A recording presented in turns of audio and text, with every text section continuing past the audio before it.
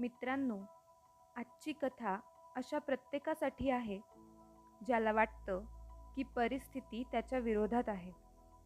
जर तुम्ही मेहनत करत असाल पण परिणाम दिसत नसतील तर ही कथा शेवटपर्यंत नक्की ऐका. आणि अशाच प्रेरणादायी कथा ऐकण्यासाठी आपल्या चॅनलला सबस्क्राईब करायला विसरू नका. साताऱ्यातील एका छोट्या गावात रोहित नावाचा मुलगा राहत होता. घरची परिस्थिती अत्यंत गरीब होती.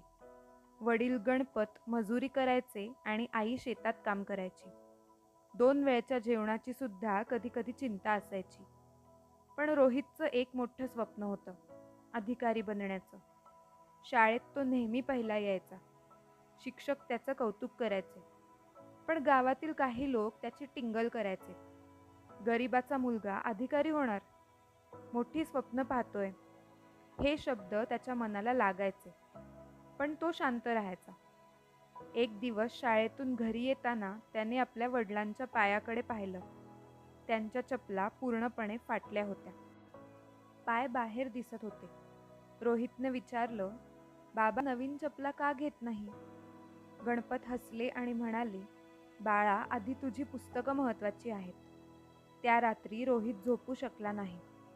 त्याने मनाशी ठरवलं की एक दिवस बाबांचे सगळे कष्ट फेडायचे. 10वीचा निकाल लागला. रोहित संपूर्ण तालुक्यात पहिला आला. गावात आनंदाचं वातावरण होतं. पण पुढचं शिक्षण शहरात घ्यायचं म्हणजे मोठा खर्च होता. घरात पैसे नव्हते. अनेक दिवस चिंता सुरू होती. तेव्हा मुख्याध्यापकांनी मदत केली. त्यांनी रोहितसाठी शिष्यवृत्ती मिळवून दिली. रोहित पुण्याला गेला. तिथे त्याच्यासाठी संघर्षाची खरी सुरुवात झाली. दिवसा कॉलेज आणि रात्री हॉटेलमध्ये काम. अनेकदा तो फक्त चहा आणि बिस्किटांवर दिवस काढायचा. मित्र फिरायला जायचे, पण त्याच्याकडे बसचं तिकीट घेण्यासाठी सुद्धा पैसे नसत. एक दिवस हॉटेलमधील मालकाने सर्वांसमोर त्याचा अपमान केला. तुझ्यासारखे गरीब मुलगे मोठी स्वप्न पाहतात आणि नंतर रडत घरी जातात. तो खूप दुखावला गेला. पहिल्यांदाच त्याला वाटलं की कदाचित तो खरंच अपयशी ठरेल. त्याने बाबांना फोन केला.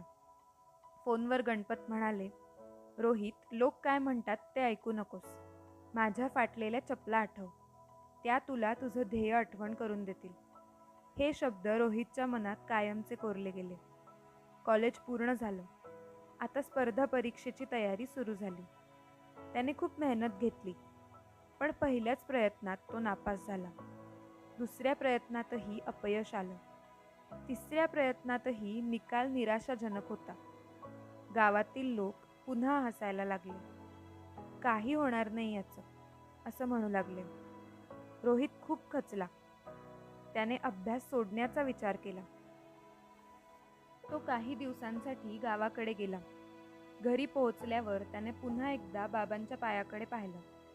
अजूनही त्याच फाटलेल्या चपला होत्या. तो म्हणाला, बाबा, तुम्ही अजूनही या चपला वापरता? गणपत शांतपणे म्हणाले, नवीन घेऊ शकलो असतो, पण वाटलं ते पैसे तुझ्या स्वप्नांसाठी उपयोगी पडतील. हे ऐकून रोहितच्या डोळ्यात पाणी आलं. त्या क्षणी त्याने ठरवलं, आता हार मानायची नाही. तो पुन्हा पुण्याला परतला. यावेळी त्याने स्वतःला पूर्णपणे अभ्यासात झोकून दिलं. मोबाईल बंद, मनोरंजन बंद, फक्त अभ्यास आणि मेहनत. 1 वर्षानंतर निकालाचा दिवस आला. त्याचे हात थरथरत होते. त्याने यादी उघडली आणि अचानक त्याचे डोळे थांबले. यादीत त्याचं नाव होतं. रोहित अधिकारी झाला. क्षणभर त्याच्या डोळ्यांवर विश्वास बसला नाही. त्याने लगेच बाबांना फोन केला. फोन उचलताच तो फक्त एवढंच म्हणाला, बाबा, आपण जिंकलो. फोनच्या दुसऱ्या बाजूला काही क्षण शांतता होती. मग गणपत रडू लागले. काही दिवसांनी रोहित गावात आला. सगळे त्यांचं स्वागत करत होते.